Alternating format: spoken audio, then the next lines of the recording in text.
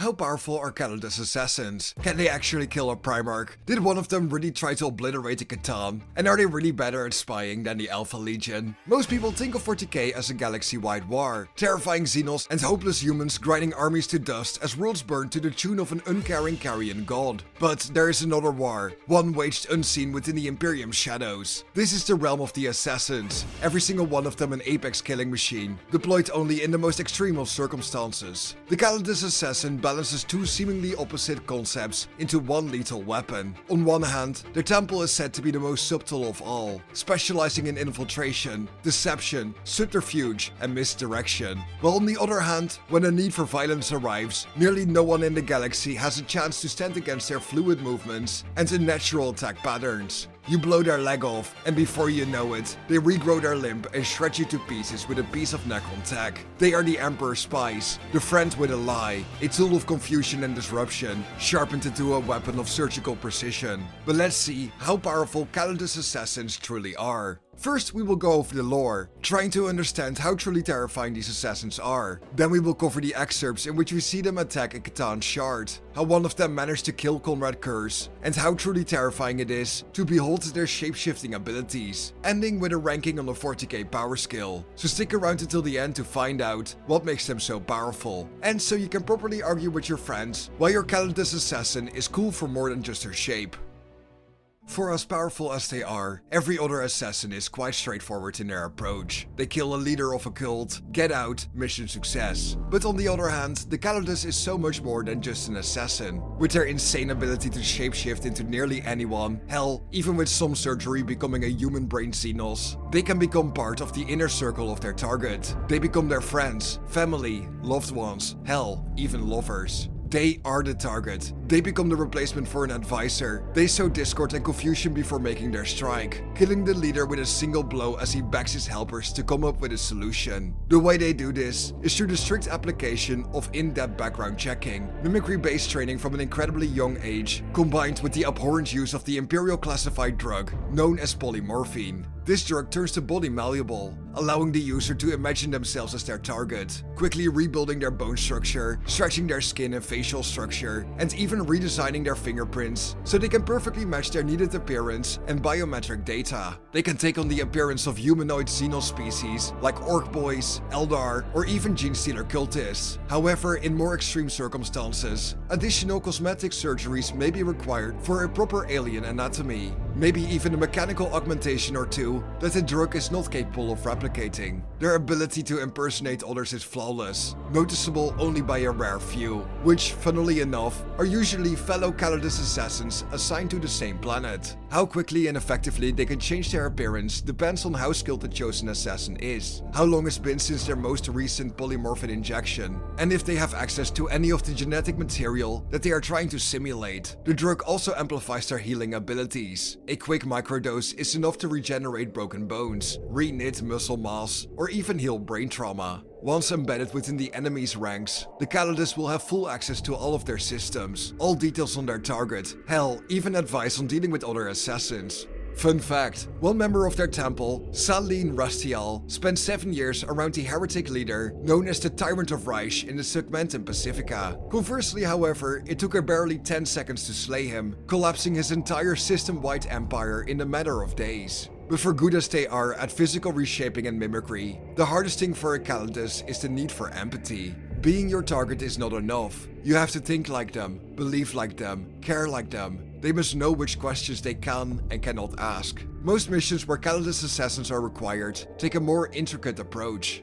If the High Lords go too hard with an Avasor, all-out war would be inevitable. If a Vindicator fails, the High Lord's plans will be uncovered. And if a Callexis gets caught, well, the cult might actually start believing in demons. The perfect prey for a Callidus is those who seek to rip the Imperium apart from the inside, those who lie about their loyalty and secretly divert war materials and shipments, and those crime bosses who pay off the Arbites just to get them off their back. With every other assassin temple, the target's ultimate death is almost always the end goal. But this isn't always the case with the Callidus. More often than not, they are sent to collect information, learn the true depths of their corruption, or just act as agents of discord to make sure the enemy force doesn't actually prepare for war, just in time before the Imperial Guard arrives to make short work of them. But But when the Callidus Assassin does engage in combat, they employ a wide array of ancient martial arts. Fighting styles taken from a multitude of different cultures across space and time. Oftentimes, they will be forced to use whatever weaponry they have as the stolen personality would carry, like a chair, or maybe even some cutlery as the noble's cook. But for today's video, I'll explain their normal loadout you see on the model. The Neural Shredder, Poison Blades, Phase Swords, and my favorite,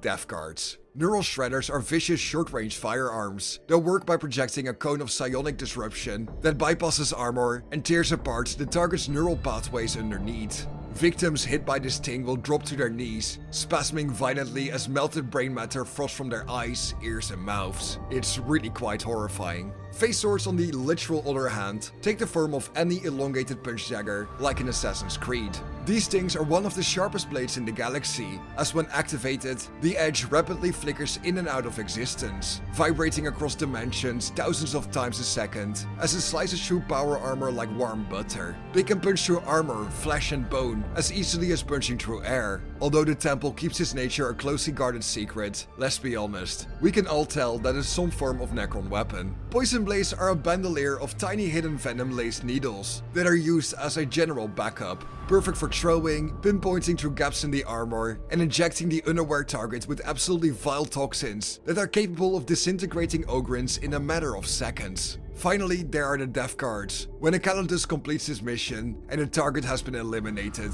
to spread fear and chaos through the enemy ranks, these psychic wafer cards are placed on the target's corpse. They activate when the victim's entourage approaches, replacing the last horrible moments of the target's death over and over, showing why you should not mess with the High Lords of Terra, or the Assassinorum for that matter. Now, with the lore out of the way, let's take a look at some Callidus Assassin excerpts and stories, and see what makes them so powerful.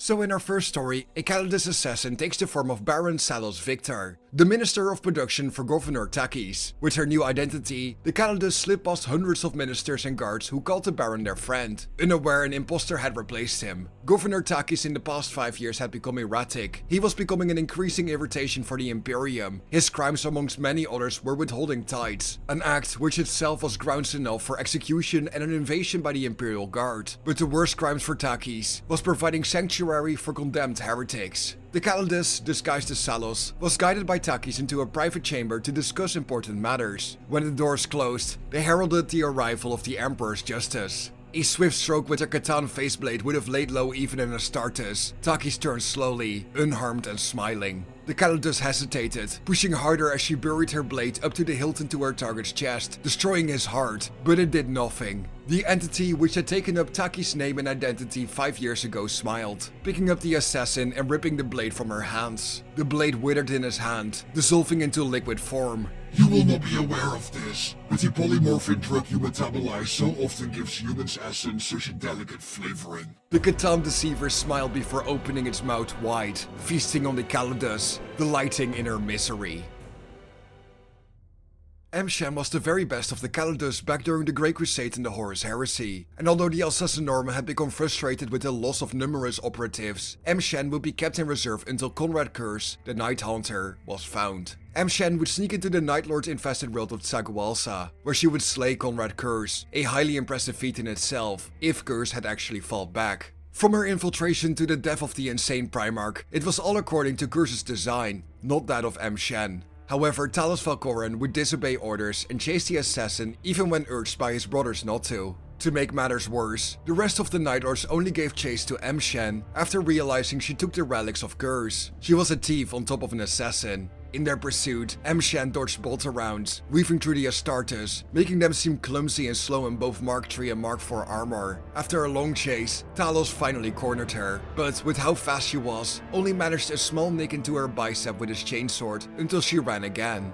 Shen would escape to her ship, but it would be chased down by the remnants of the Night Lord's Legion. When they boarded, Shen would face and kill 5 warriors of the Night Lord's first company, losing one of her hands in the fight by the time Talos encountered her again. During a grapple, Talos blinded her with acidic spit, but Shen bit through the pain and delivered strokes and cuts that would have killed Talos if he did not mask his movement by firing his bolter into the ground. The sound was deafening, but when Talos aimed directly at her, she dodged every bolt. Even after deafening and blinding M-Shen, she continued to fight, jumping in a great arc to deliver the killing blow, when Talos' chainsword finally impaled her.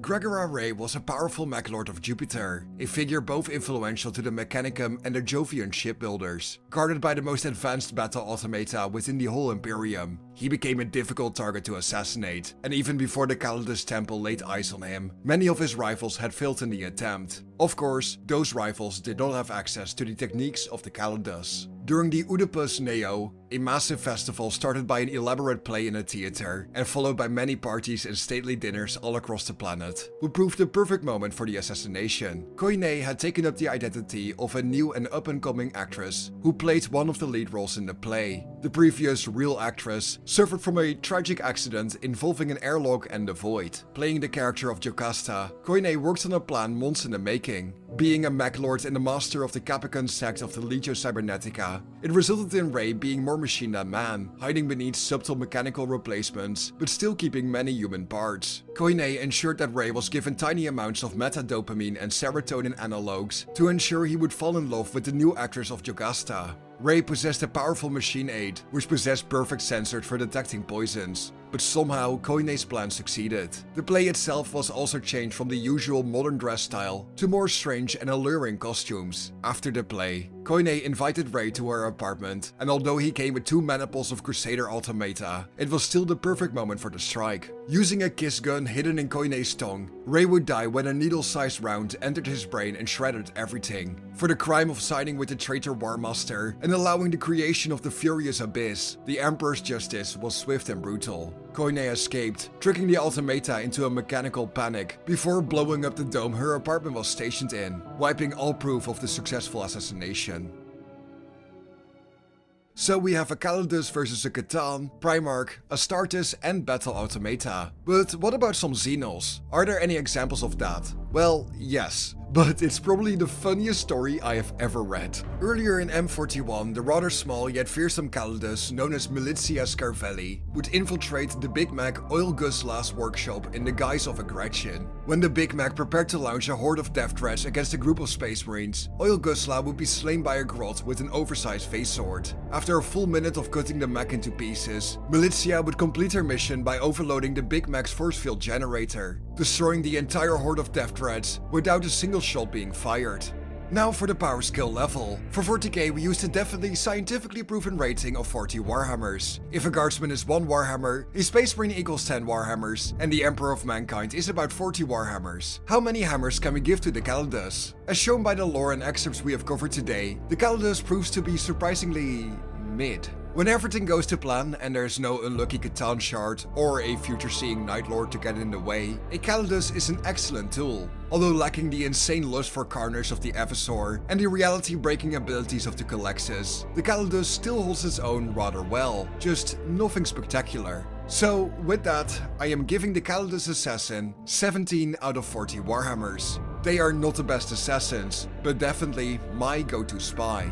And that does it for today. Which is your favorite assassin and why? Do you think I should have given the Callidus a higher or lower score? This is the last part of my little assassin series. So which series would you like to see next in the How Powerful is X template? Let me know your thoughts, concerns, ideas and opinions down below. I try to read all my comments, especially for the long forms. And I always love reading your guys' insight. Anyway, thank you all for watching and I'll be seeing you in the next one. Bye bye.